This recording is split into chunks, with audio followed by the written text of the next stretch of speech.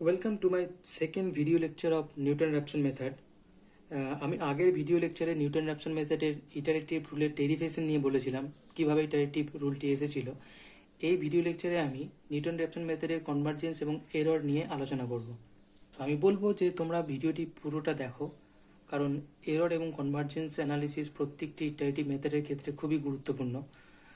Convergence আমাদের বলে দেয় যে আদৌ যে সিকোয়েন্সটা আমরা সাকসেসিভ অ্যাপ্রক্সিমেশন দিয়ে জেনারেট করছি সেই সিকোয়েন্সটা কি আদৌ আমাদের রুটে কনভার্জ করবে কিনা, অর্থাৎ আমরা আদৌ রুটটা পাবো কিনা। কারণ যদি কনভার্জেন্ট না হয় তাহলে আমরা কিন্তু সেই সিকোয়েন্সটা ইউজ করতে পারবো না। সিমিলারলি এরর আমাদেরকে বলে দেয় যে একটা মেথড কতটা ভালো, অর্থাৎ একটা স্টেপ থেকে ইটারেটিভ মেথডের অপর স্টেপে যাওয়ার সময় যদি এরর খুব তাড়াতাড়ি ডিক্রিজ করে তাহলে আমরা বলতে পারি মেথডটা খুব ফাস্ট কনভার্ট করছে। অর্থাৎ কনভার্জেন্স এবং এরর অ্যানালিসিস প্রত্যেকটি ইটারেটিভ মেথডের ক্ষেত্রে খুবই গুরুত্বপূর্ণ। সো প্রথমে আমরা নিউটন র্যাপসন মেথডের কনভার্জেন্স নিয়ে আলোচনা করছি, তারপরে আমি এররে আসছি। তো কনভার্জেন্স অ্যানালিসিস, নিউটন র্যাপসন মেথডের কনভার্জেন্স অ্যানালিসিস অনেকটা ফিক্সড পয়েন্ট ইটারেশনের সাথে সিমিলার কনভার্জেন্স কন্ডিশনটা, কারণ আমি ফিক্সড পয়েন্ট ইটারেশনে দেখিয়েছিলাম যে কিভাবে মেথডটা কনভার্জ করে। তো আমি সাজেস্ট করবো যে তোমরা ফিক্সড পয়েন্ট ইটারেশন থেকে তোমরা ওই কনভার্জেন্স কন্ডিশনটা কিভাবে ডিরাইভ করা হয় দেখো। সো আমি এখানে কেবল ওই কন্ডিশনটা আমি অ্যাপ্লাই করবো। আমরা দেখেছিলাম যে ফিক্সড পয়েন্ট ইটারেশনে এফ এক্স ইকুয়াল টু 0 এই রুট আলফা যদি হয় বের করার জন্য আমরা কি করেছিলাম, এফ এক্সকে এক্স ইকুয়াল টু 5x আকারে সাজিয়েছিলাম। তারপর আমরা এই ইটারেটিভ রুলটা ইউজ করেছিলাম। এই ইটারেটিভ রুলটা ইউজ করে আমরা সেই রুটটা বের করেছিলাম এবং দেখেছিলাম যে এই সিকোয়েন্সটা, অর্থাৎ এই যে এক্স এন যে সিকোয়েন্সটা এইভাবে জেনারেট হচ্ছে সেটা কনভার্জ করবে যদি ফাই ড্যাশ এক্সটা লেস দেন 1 হয়। সো এটা ছিল আমাদের convergence condition in case of fixed point iteration. So আমি এখানে আমাদের নিউটন র্যাপসনের ক্ষেত্রে যে ইটারেটিভ প্রসিডিউরের রুলটা হচ্ছে সেটা হচ্ছে x n is plus 1 equal to x N minus f of x N divide by F dash x n. So আমি এটাকে কল্পনা করতেই পারি x N plus 1 is equal to 5 of x n আকারে। সো এটাকে আমি কম্পেয়ার করতে, আমি যদি পয়েন্ট ইটারেশনের সাথে কম্পেয়ার করি তাহলে আমি রুলটা পাই এরকম, অর্থাৎ সেক্ষেত্রে 5x হিসেবে কল্পনা করতে পারি। সো ইন দ্যাট কেস এটা কনভার্স করবে যদি 5-x লেস দেন 1 হয়। সো আমাদের এক্ষেত্রে কন্ডিশনটা হবে যদি আমরা এটাকে ডেরিভেটিভ করি, অর্থাৎ এটাকে ডেরিভেটিভ করলে কি হবে, 1 মাইনাস মডিউলাস এই সেটা হয়ে যাবে এফ ড্যাশ এক্স এর whole square f dash x into F dash x minus f x into F double dash x. So এটাই হচ্ছে আমাদের সেই রুলটা, অর্থাৎ আমি এখান থেকে কি লিখতে পারি, এটা লেস দেন 1। সেটা ইমপ্লাই করে যদি আমি তুলে দিই এটাকে তাহলে হয়ে যাবে কি এফ ড্যাশ এক্স এর whole square minus F dash x এর whole square plus F x into F double dash X divide by F dash X তার হোল স্কোয়ার লেস দেন 1। সেটা কি ইমপ্লাই করে, এটা কেটে যাচ্ছে, অর্থাৎ এটা ইমপ্লাই করে আমি লিখতে পারি modulus of F x into F double dash X divide by F dash X তার whole square less than 1। So এটা ইমপ্লাই করে F x into F double dash X less than mod of X F dash x এর whole square. তো এটাই হলো আমাদের সেই required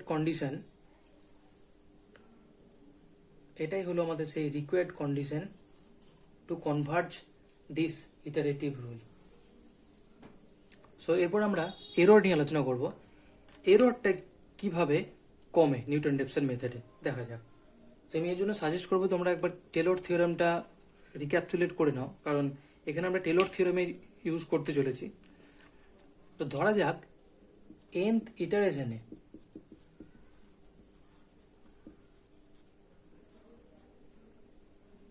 ওই রুটের অ্যাপ্রক্সিমেশনটা হলো এক্স এন এবং এররটা হলো epsilon N.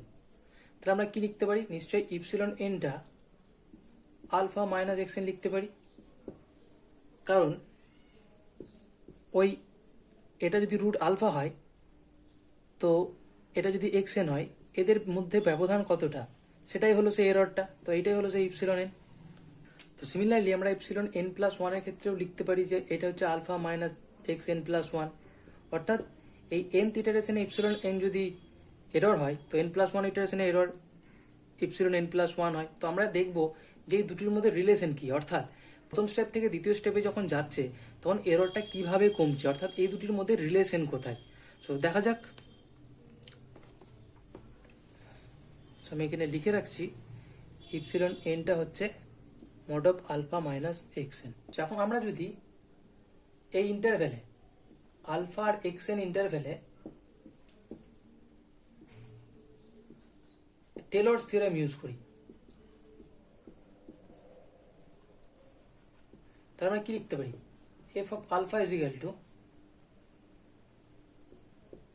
F of x N minus plus alpha minus x N into F dash x N plus alpha minus x N এর whole square by factorial 2 into F double dash x N. Sorry, আমরা যদি এটাকে error term হিসেবে নিই, তোমরা যারা Taylor theorem পড়েছো বুঝতে পারবে, আমরা এটাকে এরর টার্ম হিসেবে নিচ্ছি আর যেখানে সি বিলংস টু ওই ইন্টারভেলে আছে। সো এখন যেহেতু এটা রুট, তো আমি লিখতে পারি f alpha equal to 0। So এটা কি ইমপ্লাই করবে? F of x N plus alpha minus x n f dash x N plus r equal to 0। আমি এখন উভয় পক্ষকে, সো এটা মুছে দিয়ে আমি আরটাকে আমি লিখেই ফেলি, আলফা মাইনাস এক্স এন এর হোল স্কোয়ার বাই ফ্যাক্টোরিয়াল 2 মানে 2 f double dash c equal to 0। সেখান থেকে আমি লিখতে পারি, আমি এখন উভয় পক্ষকে এফ ড্যাশ এক্স এন দিয়ে ভাগ করে দিচ্ছি, ইকুয়াল টু 0 লিখতে পারি। সো যদি আমরা এখন এক্স এন এর কাছাকাছি এটা লিখি, অর্থাৎ আলফা মাইনাস কমন নিই, এক্স এন মাইনাস এই টার্মটা F X N divide by F dash x N plus এটা যেরকম আছে সেরকম রাখলাম,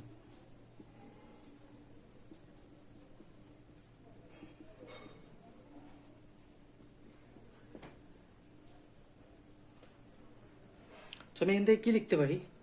এটা সমান আমরা লিখতে পারি আলফা মাইনাস, এটা সমান কি? এটা নিশ্চয়ই এক্স এন প্লাস ওয়ান, আমরা ইটারেটিভ রুল থেকে আমরা জানি, প্লাস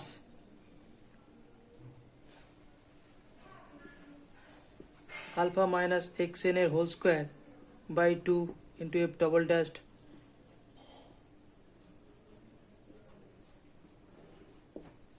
লিখতে পারি।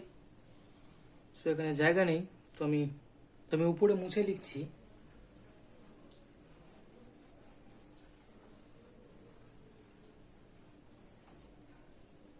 আমি এখান থেকে কি পাচ্ছি তাহলে? Alpha minus x N plus one সমান minus of half alpha minus x N তার whole square into F double dash C by, আচ্ছা হাফটা আমরা এখানেই লিখছি এফ ড্যাশ এক্স এন, একটা মাইনাস আছে। সো এটাকে আমরা মডিউলাস নিয়ে নিচ্ছি, তাতে আমরা মাইনাসটা বাদ দিয়ে আমি শুধুমাত্র অ্যাবসলিউট ভ্যালুটা তাহলে নিতে পারবো, এক্স মাইনাস এক্স এন এর whole square f double dash C by 2 f dash x n. So আমরা জানি এখানে আমি লিখে রাখছি ইপসিলন এনটা কি হয়েছিল? আলফা মাইনাস এক্স এন, তাহলে ইপসিলন এন প্লাস ওয়ান হয়ে যাবে alpha minus x N plus one. তো এটা সমান আমি লিখতে পারি epsilon N plus one modulus, এটা লিখতে পারি ইপসিলন এন এর whole square into F double dash c divide by 2 f dash x n. So এখান থেকে আমরা দেখতে পাচ্ছি যে এই ইপসিলন এন প্লাস ওয়ান এর মডিউলাস আমার ইপসিলন এন এর সাথে স্কোয়ারলি প্রপোর্শনাল, অর্থাৎ nth ইটারেশনে যদি এররের ভ্যালু 0.1 হয় তাহলে n প্লাস ওয়ানের ইটারেশনে এররের ভ্যালু হয়ে যাবে 0 প্লাস ওয়ানের হোল স্কোয়ার, দ্যাট ইজ 0.01।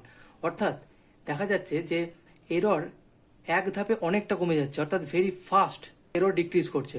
অর্থাৎ আমরা বলতে পারি যে নিউটন র্যাপসন মেথডের কনভার্জেন্স রেট খুবই ফাস্ট। আর একটা জিনিস ডিরাইভ করতে পারি, সেটা হলো যদি আমি এখান থেকে পাচ্ছি ইপসিলন এন প্লাস ওয়ান বা ইপসিলন এন এর whole square limit n tends to infinite করি, তো limit n tends to infinite করলে কি হবে? অবশ্যই রুটে কনভার্ট করে যাবে, that is n tends to infinite করলে এই যে সিকোয়েন্স এক্সএন আছে সেটা নিশ্চয়ই আলফাতে কনভার্ট করে যাবে। অর্থাৎ সেক্ষেত্রে আমাদের সিটা কি ছিল? সিটা belongs to alpha comma the X N ছিল, তো সেক্ষেত্রে আলফা এক্সএন তো সমান হয়ে যাবে, that is C equal to alpha হয়ে যাবে। ইন দ্যাট কেস আমরা লিখতে পারি এফ ডবল ড্যাশড আলফা, এক্সএনটাও আলফা হয়ে যাবে, to F dashed alpha. So actually অর্থাৎ আমরা এই রিলেশন থেকে দেখতে পাচ্ছি যে ইটারেটিভ প্রসেসটা খুব র্যাপিডলি কনভার্জ করবে with a constant error rate এটা। সো এই ছিল আমাদের নিউটন র্যাপসন মেথডের এরর এবং কনভার্জেন্স অ্যানালিসিস। তোমরা বুঝতে পেরেছো নিশ্চয়ই যে কেন এরর এবং কনভার্জেন্স অ্যানালিসিস কোনো একটা ইটারেটিভ প্রসিডিউরের ক্ষেত্রে কতটা গুরুত্বপূর্ণ। তো নেক্সট ভিডিও লেকচারে আমি নিউটন র্যাপসন মেথডের ওয়ার্কিং রুল এবং একটা এক্সাম্পল বলবো এবং সাথে কি সুবিধা অসুবিধা রয়েছে। Thank you.